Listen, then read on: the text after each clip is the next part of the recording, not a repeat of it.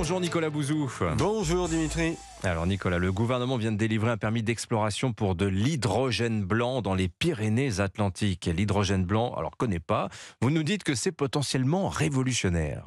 Écoutez, c'est vraiment enthousiasmant comme affaire, hein. L'hydrogène blanc, c'est un gaz naturel qui est présent dans le sous-sol, dont la combustion ne génère aucun gaz à effet de serre. Alors, c'est différent de l'hydrogène vert dont vous avez déjà entendu parler, et qui est produit par électrolyse.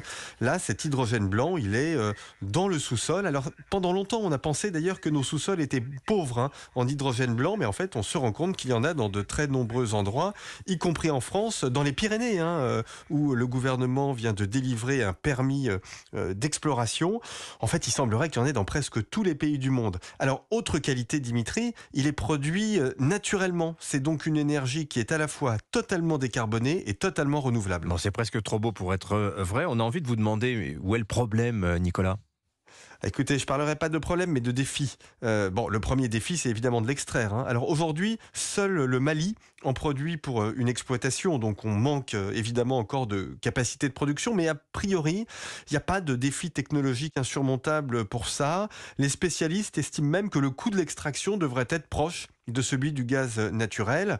Alors le deuxième défi, c'est bien évidemment d'adapter les usages. Ça veut dire disposer de voitures, de trains, d'avions, de centrales électriques, de chaudières qui fonctionnent à l'hydrogène. Bon, là encore, rien d'impossible sur le papier, mais enfin, clairement, on n'y est pas encore. Mais Nicolas, est-ce que ça veut dire qu'on pourrait arrêter la transition écologique ? On le voit bien, elle est difficile, elle coûte très cher, et attendre cet hydrogène blanc ?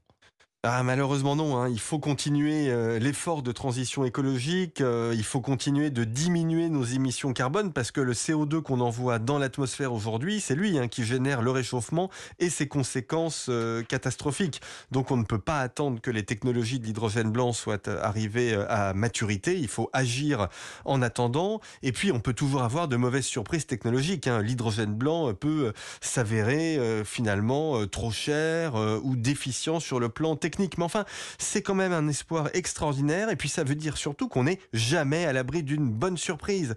Et je vais vous dire le fond de ma pensée, il n'est pas du tout impossible que l'hydrogène blanc soit au 21e siècle, ce que le pétrole et le gaz ont été au 20e et au 19e siècle. Rien que ça. Affaire à suivre. Signature Europe 1, Nicolas Bouzou. Merci beaucoup Nicolas.